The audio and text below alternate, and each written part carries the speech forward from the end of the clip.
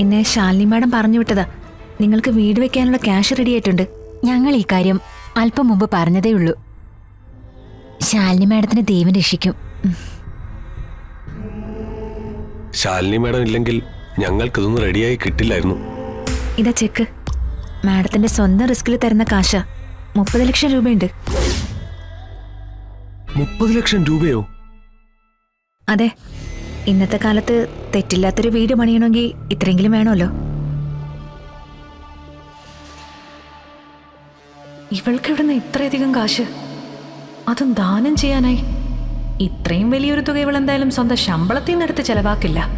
മറ്റെന്തോ ഒരു കള്ളത്തരം മണക്കുന്നുണ്ടല്ലോ. ഇതാ വാങ്ങിച്ചോളൂ. മോനെ, ഐശ്വര്യമായിട്ട് നീ തന്നെ അതങ്ങ് വാങ്ങിച്ചോ. അത് വാങ്ങിച്ചു മോനെ. എന്നാമ്മേ?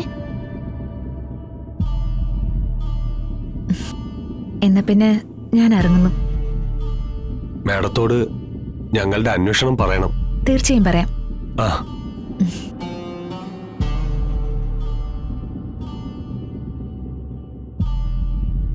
നീ പറഞ്ഞതുപോലെ ദൈവം കാത്തു അല്ലേ? അതെ, ദൈവത്തിന്റെ രൂപത്തിൽ വന്നത് ശാലിനി മാഡം തന്നെയാ.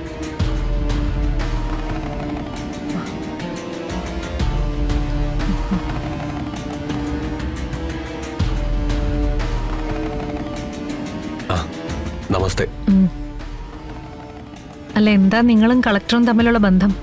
എന്റെ ഈ ദീപമോ പഠിക്കുന്നത് കളക്ടർ മാഡത്തിന്റെ കുട്ടികളുടെ കൂടെയാ. ഓ, ഞങ്ങളുടെ വീട് തകർന്നു വീണ് മൂത്ത മോള് മരിച്ചപ്പോഴും ചേട്ടന് സുഖമില്ലാതായപ്പോഴും ഒരാശ്രയമായിട്ട് വന്നത് കളക്ടർ മാഡമാ. ഹോസ്പിറ്റലിൽ കിടന്നപ്പോഴും ഒരുപാട് സഹായിച്ചു. ഞങ്ങളുടെ കൂടെ നിന്ന് കാര്യങ്ങളൊക്കെ ചെയ്തു തന്നു. അതൊന്നും ഒരിക്കലും മറക്കാൻ പറ്റില്ല. ഓ, കളക്ടർ അമ്മച്ചി പാവങ്ങളുടെ അപ്പോസ്തലായിരിക്കേ. ഞങ്ങളുടെ വീട് പണിക്കായി 30 ലക്ഷം രൂപയാ ഒറ്റ ഗഡുവായി തന്നിരിക്കുന്നത്. അങ്ങനെ എവിടുന്നെങ്കിലും കിട്ടുമോ?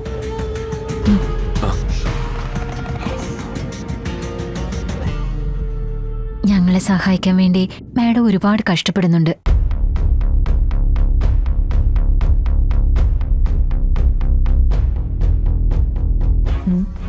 ഇത് സർക്കാർ ചെക്ക് അല്ലല്ലോ. ശാലിനിയുടെ അക്കൗണ്ടിൽ നിന്നാണെങ്കിൽ ഇവൾക്ക് എവിടെ നിന്ന് ഇത്രയും പണം? ഞാൻ എന്തായാലും ഈ സന്തോഷ വാർത്ത സ്വാമിയോട് പറയാം. ഈ ചെക്കും കാണിക്കാം. മറ്റാശ്രയങ്ങളൊന്നും ഇല്ലാത്ത 1-2 പേര് കൂടി ഇവിടെ ഉണ്ട്. കളക്ടറെ കണ്ട ഒരു സഹായം അഭ്യർത്ഥിക്കാൻ പറയണം.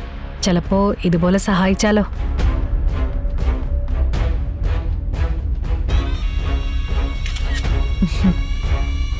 എന്നാ ശരി, കാര്യങ്ങളൊക്കെ ഭംഗി നടക്കട്ടെ. ആ ശരി. ഇതാ പോ.